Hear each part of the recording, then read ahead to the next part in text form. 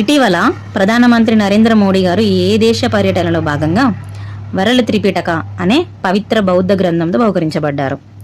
ఇది ఒక గ్రంథము. ఆ గ్రంథం అనేది ఏ దేశానికి సంబంధించినటువంటిది? ఆ గ్రంథం అనేది మన భారతదేశ ప్రధానమంత్రి మోడీ గారికి ఇచ్చారు. సో గ్రంథం పేరేంటంటే వరల్ త్రిపిటక.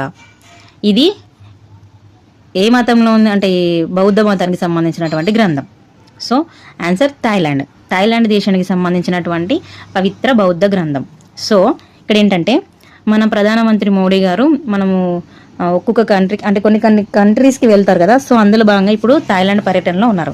సో అయితే థాయిలాండ్ రాజధాని బ్యాంకాక్ పర్యటనలో వెళ్ళినప్పుడు అక్కడ ఒక ప్రోగ్రాం జరుగుతుంది.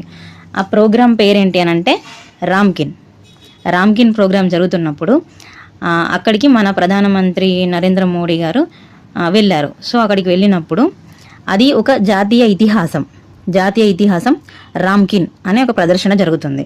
సో ఆ ప్రదర్శన ఏంటంటే మనకు భారత్కి మరియు థాయిలాండ్కి సంబంధించినటువంటి ఒక కల్చర్ అండ్ అంటే హిస్టారికల్ కల్చర్ని తెలియజేసేటటువంటి అంటే రిఫ్లెక్ట్ చేసేటటువంటి ఒక ప్రదర్శన.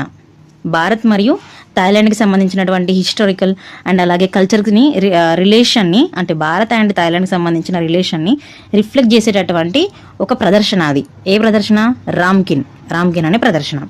ఎందుకు అనంటే ఈ రామ్కిన్ అనేటటువంటి థాయిలాండ్ దేశానికి సంబంధించినటువంటి జాతీయ ఇతిహాసాన్ని మన భారతదేశానికి సంబంధించిన ప్రాచీన ఇతిహాసమైనటువంటి రామాయణంని మూలంగా చేసుకొని రూపొందించారు. సో అందుకనే మన భారతదేశానికి సంబంధించినటువంటి హిస్టారికల్ కల్చర్ని వాళ్ళ థాయిలాండ్కి సంబంధించినటువంటి మధ్య ఉన్నటువంటి రిలేషన్స్ని రిఫ్లెక్ట్ చేసేటటువంటి ఒక ప్రోగ్రామ్ ఇది. సో ఈ ప్రోగ్రామ్కి మన ప్రధానమంత్రి నరేంద్ర మోడీ గారు ప్రజెంట్ అయ్యారు.